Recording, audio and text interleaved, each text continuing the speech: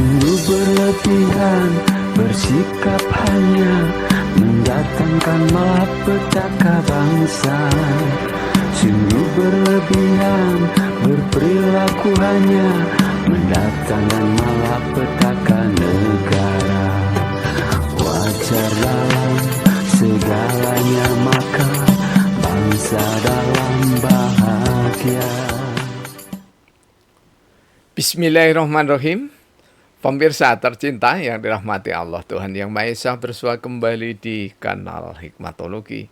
Monolog sederhana mengajak diri kita masing-masing berpikir, kian melembut, cerdas, dewasa, bijaksana kan hati nurani, berdasar kitab suci agama kepercayaan yang kita yakini. Tentu, upaya serius terus-menerus tak kenal putus untuk menghayati, mempedomani, mengamalkan Pancasila. Niscaya karena kita memang bangsa Indonesia. Pemirsa, mari kita koreksi diri kita masing-masing. Introspeksi, nguturoso, hanggulawentah diri.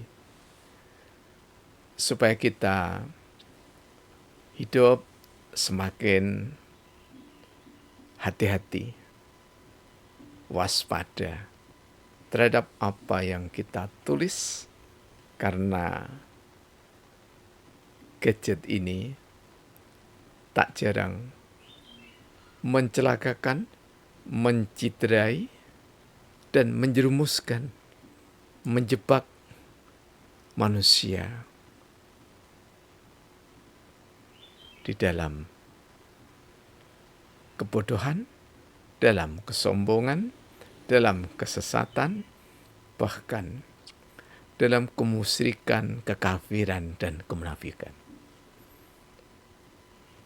Apakah lewat tangan, tarian jemari, ataukah lewat lisan, tarian lidah kita? Karena itulah semakin canggih teknologi, semakin mudah kita bergaul, namun semakin licin jalan meskipun tidak hujan. Apalagi musim hujan seperti sekarang.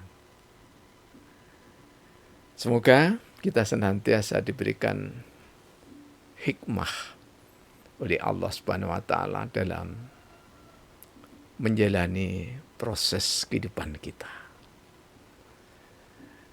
Ada hal yang menarik ketika kita berbicara hari raya umat beragama.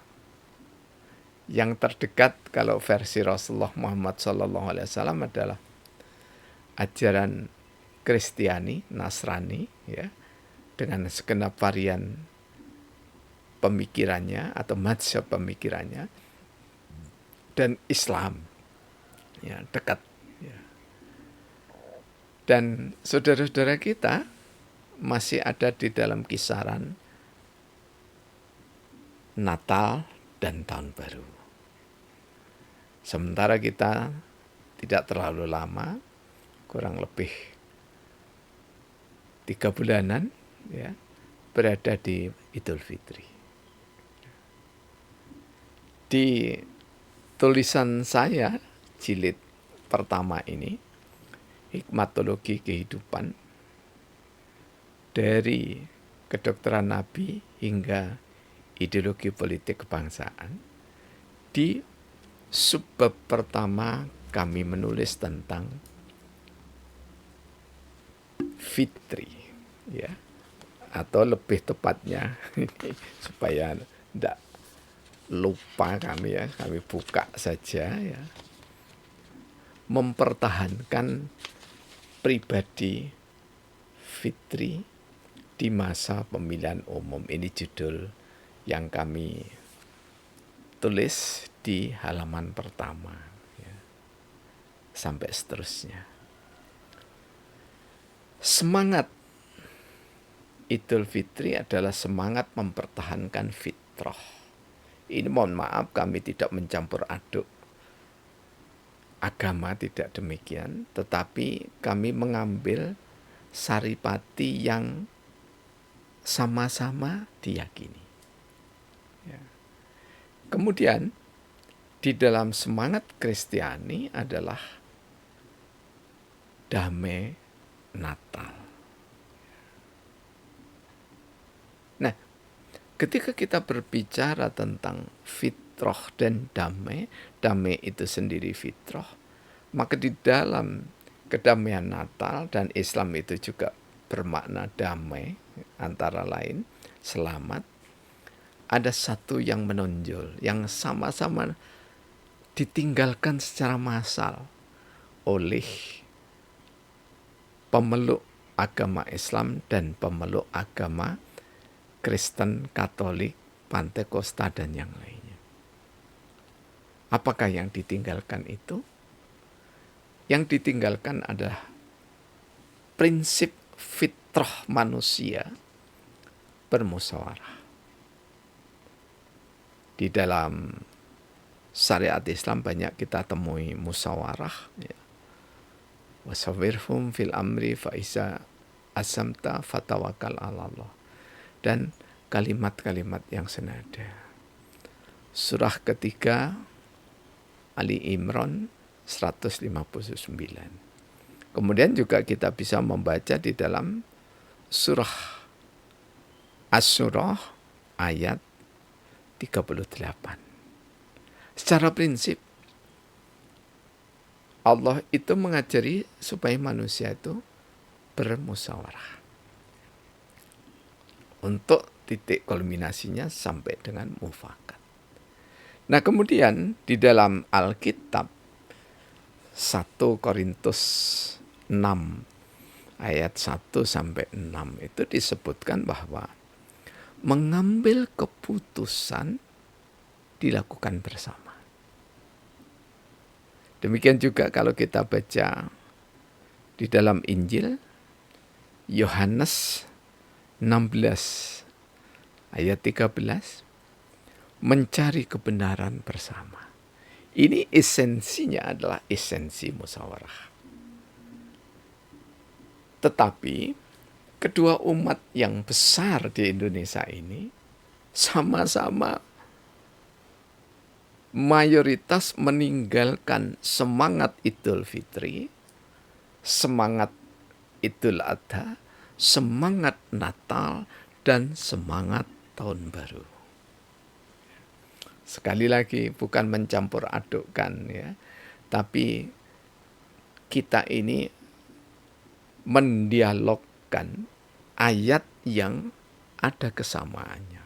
Toh di dalam keimanan atau rukun iman itu bagi mukminin dan mukminat meyakini kitab-kitab yang diturunkan oleh Allah. Di antara kitab itu adalah Alkitab atau Injil. Dan Al-Quran sendiri juga disebut Alkitab. Di samping nama Al-Quran, sebenarnya kalau mau diambil yang paling depan, nama Al-Quran itu ya Alkitab. Coba saja Alif Lam Mim Zalikal kitab. Ini adalah kitab. Jadi Alkitab. Oleh sebab itu kalau ada kesamaan-kesamaan itu ya tidak perlu kita ini berdebat, apalagi bersitegang, saling caci, saling maki, saling menista. Bukan cara yang bijaksana dan tidak diajarkan di dalam semangat ajaran agama. Kalau hari ini kami ambil Islam dan Nasrani untuk memudahkan kita karena kita ada di dalam semangat saudara kita merayakannya, yaitu Natal dan Tahun Baru. Sekarang lagi ngetren disingkat Nataru. Ya. Mengapa kami gandengkan dengan Islam ya? Nanti suatu saat kita gandeng dengan yang lain-lain, agama lain ya. Karena kita Bhinneka Tunggal Ika itu bukan sekedar semboyan ya, tetapi itu memang adalah satu keniscayaan yang harus terus-menerus untuk dibangun. Nah, karena kehilangan semangat Alkitab, kehilangan semangat Al-Quran dalam bermusyawarah untuk mencapai mufakat, maka kita melupakan, ya mohon maaf, setidaknya melalaikan utusan-utusan golongan Indonesia. Dalam pemikiran kami, Pancasila yang kami letakkan Garuda Pancasila di tengah ini, ya, itu adalah sebagai sumber dari segala sumber hukum di dalam sistem pemerintahan Indonesia. Nah, di dalam sistem pemerintahan Indonesia itu jangan sampai meninggalkan utusan golongan ini. Mengapa? Karena kalau sampai meninggalkan utusan golongan ini, maka kita meninggalkan semangat musyawarah untuk mencapai mufakat. Meninggalkan sila keempat sekaligus sila-sila yang lainnya, dan juga lebih dari itu meninggalkan Alkitab dan Al-Quran dalam semangat musyawarah mufakat. Sejak kami mengenal ilmu politik tahun 1977 ya, ketika kami kelas 2 SMA, membaca bukunya Profesor Mirim Budiarjo, Dasar-Dasar Ilmu Politik yang legendaris itu, kami tidak pernah mendapatkan sultan dan raja, utusan daerah, pegawai pemerintah, tentara nasional, angkatan darat, angkatan laut, angkatan udara, dan kepolisian di dalam sistem ketatadaerahan. Jadi di dalam pemerintah daerah ketika memutuskan perda, ini kita tidak mendapatkan, semuanya tidak ada ini. Tidak ada. Nah, hikmatokrasi ini kami turunkan dari hikmatologi. Ya. Ini adalah sistem yang saya tidak sekedar mengklaim. Ini asli Indonesia. Madein celaket, kalau dalam bahasa mbah-mbah kita madein, ya. Jadi ini madein celaket. Karena itu ketika kami meminta googling mahasiswa, hikmatokrasi itu siapa nama di belakangnya? Tidak ada yang lain. Kecuali nama guru dari mahasiswa-mahasiswa kami. Jika sejak dicetuskan hikmatokrasi itu tahun 2019 insya Allah, ya, saya agak lupa ini jadinya. Nah, yang embrionya kami tahun 2009 dengan deliberasi itu hakikatnya sama dengan hikmatokrasi, ya. Tahun 2009 sudah saya sampaikan di Fakultas Ilmu Sosial dan Ilmu Politik Universitas Brawijaya Malang. Sampai dengan kemudian kami diberikan kesempatan mengajar di MKU, maka kami sampaikan di Fakultas Ilmu Sosial dan Ilmu Politik, kemudian Fakultas Peternakan, Fakultas Kedokteran, kemudian ada Fakultas Pertanian, Fakultas Ilmu Administrasi, kemudian ada Fakultas Fakultas Ekonomi dan Bisnis, ya. Kemudian sekarang menjadi fakultas vokasi dengan varian-varian jurusannya yang beragam, ya. Dan ketika mahasiswa saya minta mencari utusan golongan yang model seperti ini di daerah, tidak menemukannya, ya. Dan hikmatokrasi memang kamilah yang mencetuskan pertama kali, insya Allah begitu, ya. Karena itulah Jika ini belum terkenal, tidak dikenal ya. Maka kami berusaha mengenalkan itu tidak untuk memaksakan, tetapi supaya kita ini menjadi terbiasa dengan sebutan atau terminologi hikmatokrasi. Kenapa kita mudah menerima demokrasi sementara hikmatokrasi tidak? Itu hanya karena pembiasaan. Likuli sayin darajatin, itu darajah dawuhnya atau firmannya Allah itu. Jadi segala sesuatu itu bergantung derajatnya dari kebiasaannya. Nah, karena itulah kami mengajak bersama-sama kita berpikir. Jadi boleh jadi istilahnya dari kami pemicu saja.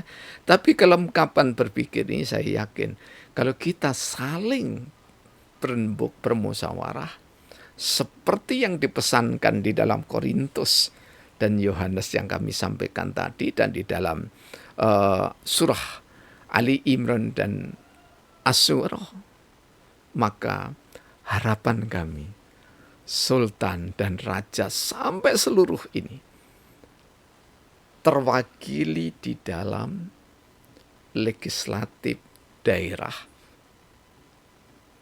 kota, kabupaten, provinsi, sampai dengan pusat. Bahkan di daerah-daerah tertentu yang diberikan otonomi khusus.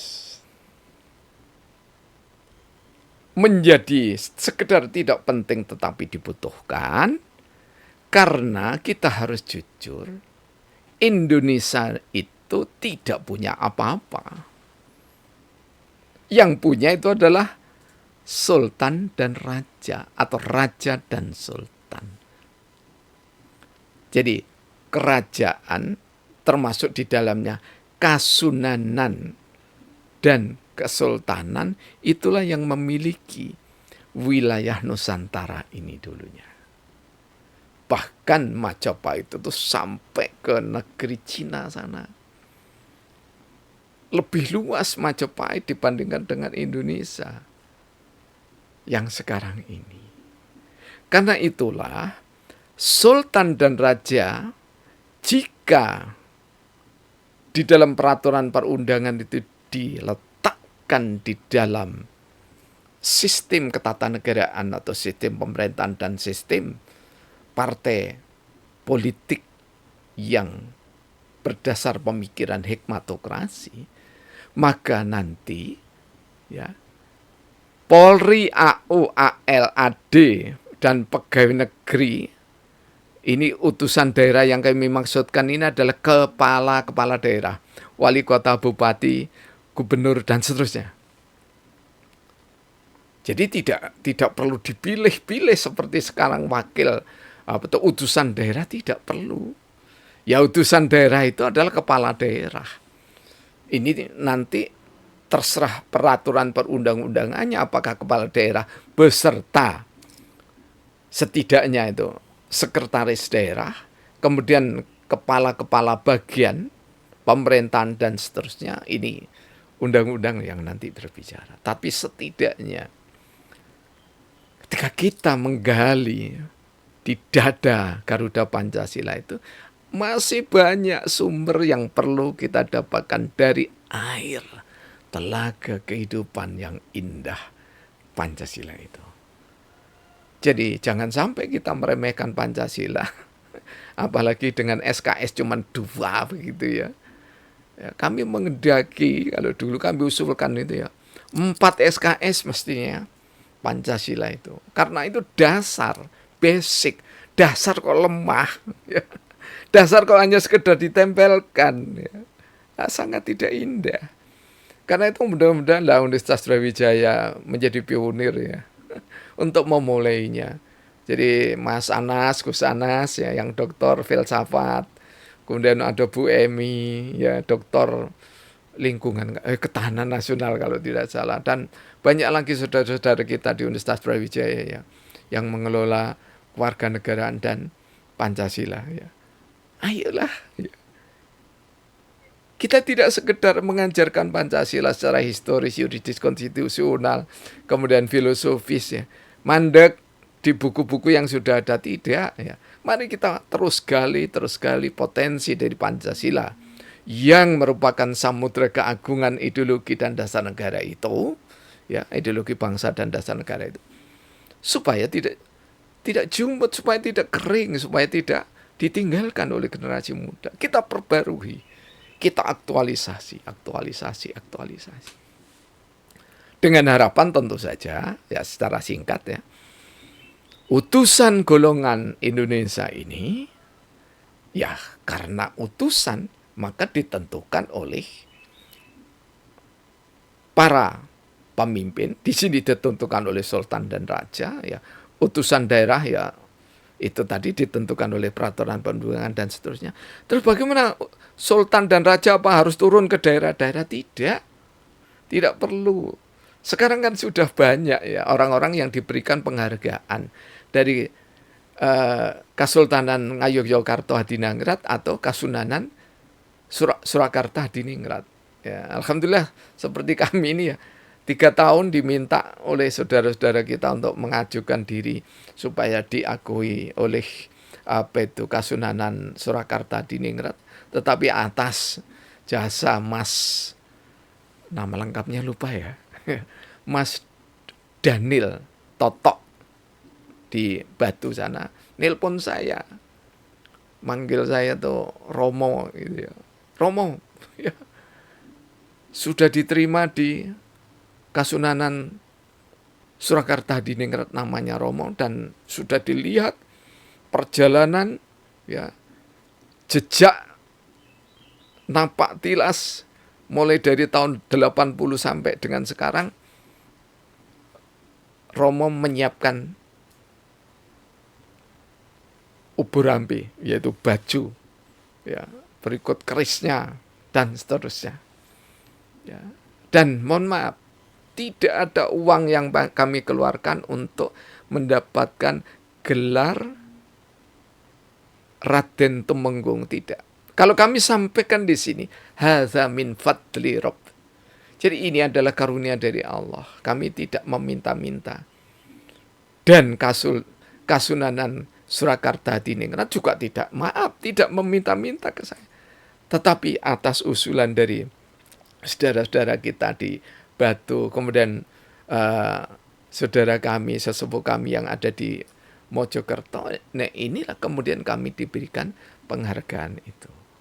Karena kami diberi penghargaan, makanya nanti insya Allah akan kami persembahkan kepada Kasunanan Surakarta Hadiningrat. Di antaranya adalah karya kami ini, yaitu Hikmatologi Kehidupan dari Kedokteran Nabi hingga Ideologi Politik Kebangsaan. Ini insya Allah nanti 10 jilid.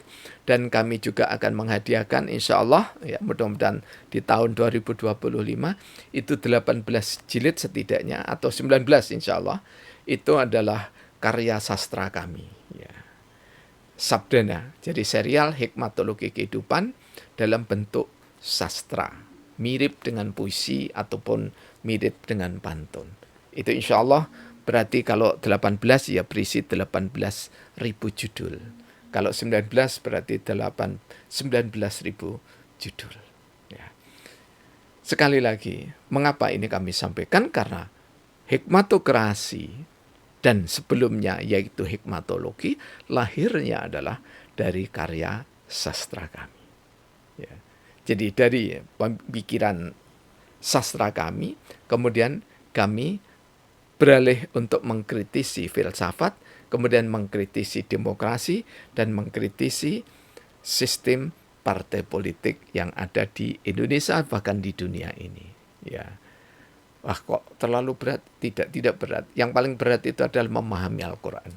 Yang paling berat kedua bagi orang Islam adalah memahami hadis. Kalau untuk ilmunya manusia, ya insya Allah atas berkat rahmat Allah yang maha cinta, maka semua akan diberikan kemudahan oleh Allah Subhanahu wa taala. Seperti itu ketika kita diajari Rabbi Zidni ilma. Salah satunya itu. Pemirsa yang dirahmati oleh Allah Subhanahu wa taala, mudah-mudahan muslimin muslimat, mukminin mukminat dan saudara-saudara kami jemaat, gereja-gereja Kristiani atau Nasrani, Kristen, Protestan, Katolik, Kristen Jawi Wetan, kemudian ada HKBP, ada orang-orang suci zaman akhir gerejanya ya. Saudara-saudara kita yang lainnya, nanti insya Allah menyusul pembicaranya, Hindu, Buddha, Konghucu, dan yang lainnya. Termasuk aliran kepercayaan atau para penghayat, mudah-mudahan.